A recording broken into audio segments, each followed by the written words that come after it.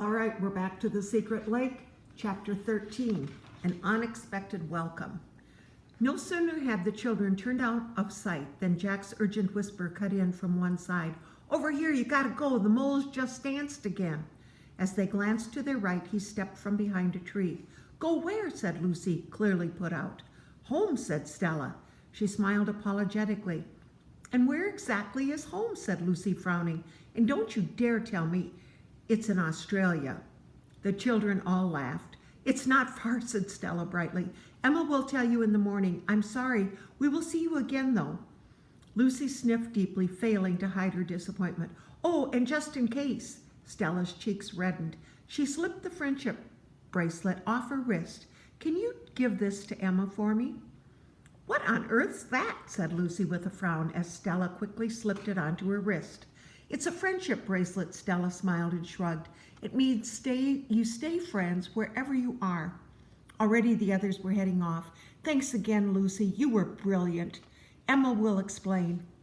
And then she hurried and turned toward the woods. Jack insisted on rowing them back, even though he flinched each time his back brushed the edge of the boat. "So much for our midnight feast," he chuckled. "Got more than we bargained for, eh?" Tom immediately started giggling. Between them, the children pulled the boat up under the tree.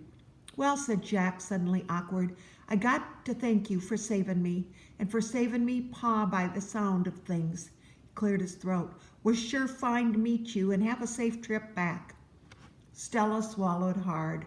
"I hope your father gets well again quickly," she said, smiling. "I'm sure he will now that Mr. Gladstone knows the truth. He'll be back at work in no time, is my bet, and for the Gladstones most likely." "Goodbye, little one." Jack held a grubby hand out to Tom. "You've got spunk and you're going to do well in life, Nipper." Tom smiled and nodded, clutching his trowel in one hand as Jack shook the other. "And you keep digging. Never know what you might find in that garden of yours." "I definitely will," said Tom. "Bye for now, Jack." He climbed up the first tree nodule. "Here, Jack, take this." Stella held out the little orange torch. "Tom's already done the tunnel in the dark. I'll just follow him." "Jeepers, you really meant it? Cheers." With a delighted smile, Jack took the little torch and shone it up into the dark mass of branches. Stella grabbed onto the first nodule and was soon climbing up after Tom. "Good luck," Jack called after her, "and goodbye again." With the help of the torch beam, Stella and Tom made quick progress and soon found themselves amongst the densely packed branches, which, being so close together, were easy to locate once the torchlight had faded. "We're here," whispered Tom, suddenly feeling earthen walls instead of a tree trunk as he groped for the next branch. He quickly located the first ladder rung, stepped up onto the next branch, and found his head inside the tunnel. "Time to go home," he whispered as he peered up to the tiny well of daylight in the distance. "See you again someday, I hope, Jack." "Get a move on," urged his sister. As the children crawled through the undergrowth for the second time, squinting at daylight, a dry twig cracked outside the bush. Tom and Stella froze on all fours, hardly daring to breathe. This time it really was Charlie Green's breathless snort. Moments later, his green Wellingtons appeared less than a meter from Tom's nose. "What if he sees it?" each thought, two pairs of eyes fixed beyond the boots to the log on top of the mound.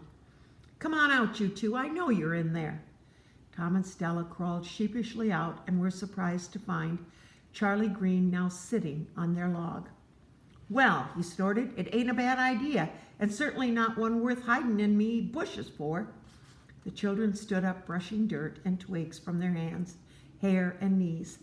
"In fact," continued Charlie Green, "it's a very good place for a seat. Nice spot, sunlight, and most mornings." Tom and Stella reddened and smiled stiffly as Charlie Green handed them their lunch boxes. They then skipped off around the bush and out onto the lawn. "What's gotten into him?" said Stella as she hurried along, shoving sandwiches into her mouth. Tom's, disinterested in his food, was frowning. "Back already?" murmured their father from behind his newspaper. "Already? It's 5 o'clock, dear." Their mother had paused from her piano playing as the children appeared. "We met 2 sisters. They invited us in," said Stella, quickening her step across the room. Their mother smiled. You see, dear, I told you it was only a matter of time. She resumed playing as Stella raced up the stairs, chuckling. As Tom entered his room, he stopped and stared all around. He tried to picture the enormous dining table, the red velvet chairs, the chandelier, and the enormous paintings. He then studied the walls separating his room from Stella's. Finally, he turned to the fireplace. Stella, the initials. They dived toward the fireplace and stuck their heads underneath. Tom's heart sank. Of course, the chimney was all bricked up. He should have remembered. With his head hung low, he stepped back onto his earth treasure box, scattering its contents across the carpet. Cheer up, Tom, said Stella brightly. We'll be able to go again sometime. She opened Tom's French door window and stepped onto his tiny balcony. And now, as she breathed in the sweet scent of orange blossom and looked out towards the trees, she began to smile. Things here are definitely improving, she would tell Hannah on Facebook that evening. She frowned thoughtfully, but how on earth would she code a message to say she'd traveled back in time across an underground lake? Tom, in a world all of his own, lay down on his bed. Something was bothering him. It wasn't the chimney, though. He'd have liked to unblock it. There was something else, but he couldn't put his finger on it. Chapter 14, The Forgotten Clue. What did he forget about? Bye-bye.